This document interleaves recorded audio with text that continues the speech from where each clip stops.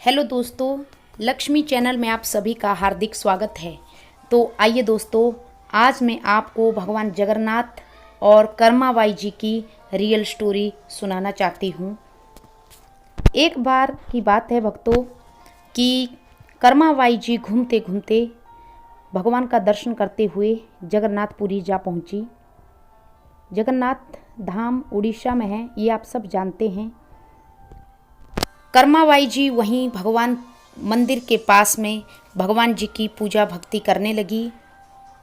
कर्माबाई जी की भगवान की भक्ति में रुचि बचपन से ही थी और भगवान जी भगवान बाल गोपाल से प्रतिदिन बात करती थी। भगवान प्रतिदिन सपने में उसके आते थे और कहते थे, जल्दी कर माँ, जल्दी कर माँ, सुबह में जल्दी आऊँगा, मुझे आपके हाथ की खिचड़ी का भोग बहुत अच्छा लगता है, मुझे आप अपने हाथ की खिचड़ी खिलाएं। कर्माबाई जी सुबह उठकर ना नहाती ना धोती, सबसे पहले भगवान जी को खिचड़ी का भोग बनाकर रखती और बड़े प्यार से ठाकुर जी को भोग लगाती, उनको खिलाती अपने हाथों से। भगवान जी बहुत खुश होते और भगवान जी खा पीकर ये रोज़ का नियम बन गया और भगवान रोज़ खिचड़ी खाने कर्माबाई जी की सुबह सुबह आते और फिर जल्दी जल्दी मंदिर में भक्तों को दर्शन देने जाते। वहाँ पुजारी जी बाद में भोग लगाते। ऐसा सिलसिला लगातार चलता रहा। एक बार क्या हुआ कि कर्माबाई जी के पास एक कर्मकांडी साधु जी आए। तो साधु ने देखा कि कर्माबाई बिना नहाए धोए ही, पूजा पाठ किए ही भगवान को खिचड़ी बनाई और ठाकुर जी को उसका भोग लगाने लगी, अपने हाथों से खिलाने लगी।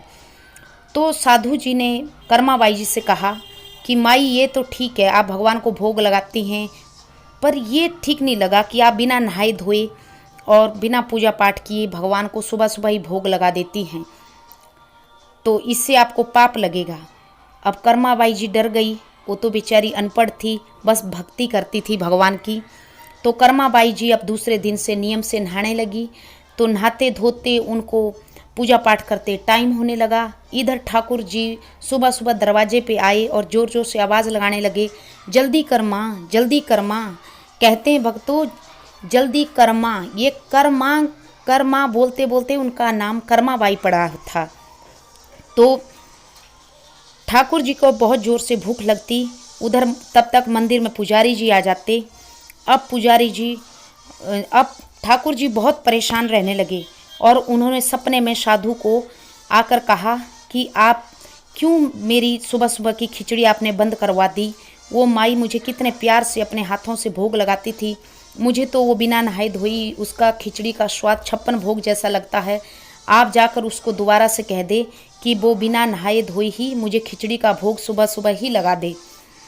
तो पुजारी जी जब वहाँ पे, वो साधु जी जब वहाँ पे गए तो उन्होंने कर्माबाई जी से कहा कि भगवान ने मुझे सपना दिया है और मैं आपसे माफ़ी मांगता हूँ, आप जैसे पहले से खिलाती थी खिचड़ी, कृपा करके वैसे ही ठाकुर जी को खिलाया करें, अन्यथा भगवान नाराज़ हो जाएंगे। अब कर्माबाई तो बहुत खुश हो गई, वो सुबह ही उठती और भगवान जी को भोग लगाती। भगवान जी भी खुश हो जाते और भगवान कर्माबाई के हाथों से खाकर खिचड़ी अब मंदिर में जल्दी जल्दी जाते और भगवान भक्तों को दर्शन देते।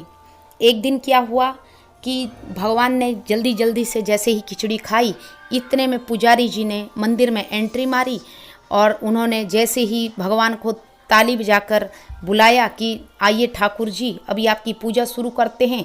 इतने में भगवान जल्दी जल्दी कर्माबाई खिला रही थी। तो ऐसे माई रोज़ भगवान का मुंह पोंछ लेती थी बाद में, लेकिन उस दिन वो भगवान का मुंह पोंछना भूल गई और भगवान जल्दी जल्दी दौड़े दौड़े आए और मूर्ति में विराजमान हो गए।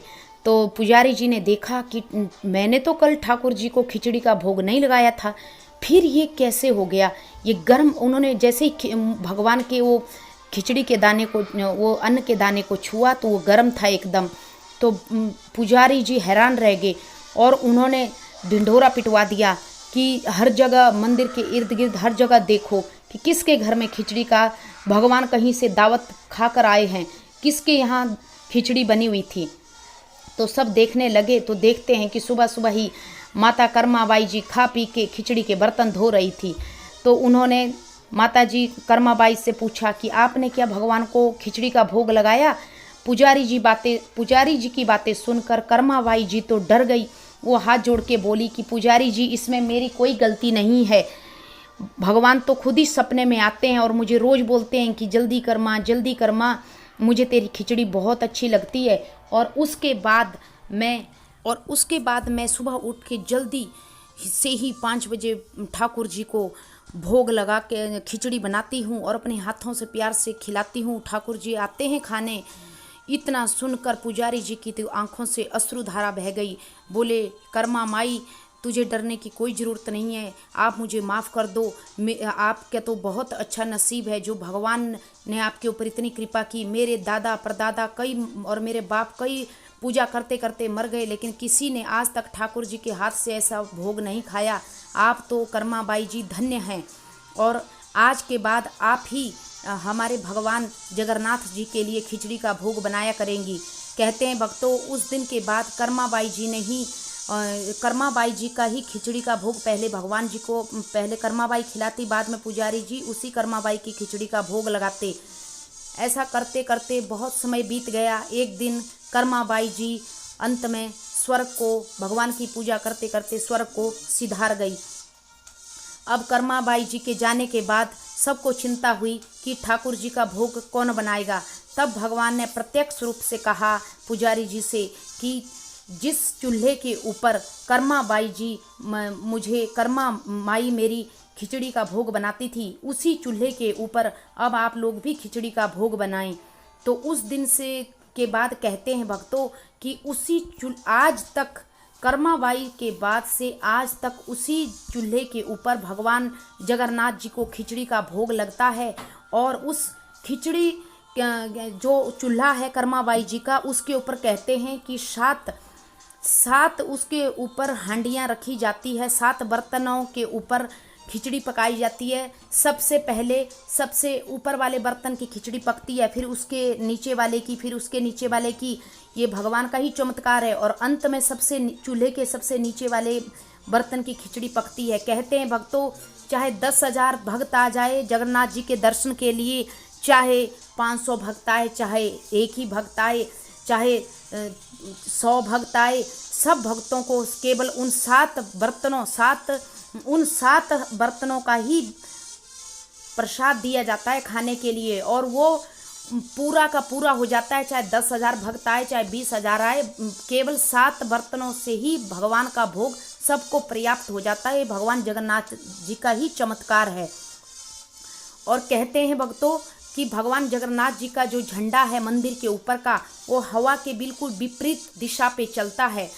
तो देखा भक्तों आप सबने, चमत्कार आज भी है। अगर आप कोई कहते हैं कि भगवान के हमारे को रियल चमत्कार दिखाओ तभी हम भगवान को मानेंगे, तो आप जाइए और उनको कहिए कि आप जगन्नाथ धाम जाइए, वहाँ पे देखिए हवा के विपरीत दिशा पे झंडा चलता है। और 7 प्रकार की उन बर्तनों में सबसे ऊपर वाला लास्ट में कैसे पकता है, सबसे नीचे वाला पहले नहीं पकता, सबसे पहले ऊपर 7वां बर्तन पकेगा, फिर छठा, फिर 5वां, फिर चौथा, इस प्रकार क्रम से चलता हुआ। और 10,000 भक्त भी आ जाए तब भी उन 7 बर्तनों का ही खिचड़ी सब में बढ़ती है और सब पर्याप्त पेट भर कर खाते हैं। तो ये भगवान जगन्नाथ जी का ही चमत्कार है। तो भक्तों, हमें भी जगन्नाथ भगवान जी का चमत्कार ये सुनकर बहुत ही ज़्यादा फ़ायदा मिलता है। और हमें ये रियल स्टोरी कर्माबाई जी की और जगन्नाथ जी की औरों को भी सुनानी चाहिए। इससे भी बहुत पुण्य प्राप्त होता है। और हमें भगवान में अपनी आस्था बनाए रखना है, कभी किसी को धोखा ना दे, कभी किसी के साथ अन्याय ना करे। जय श्री जगन्नाथ भगवान की जय।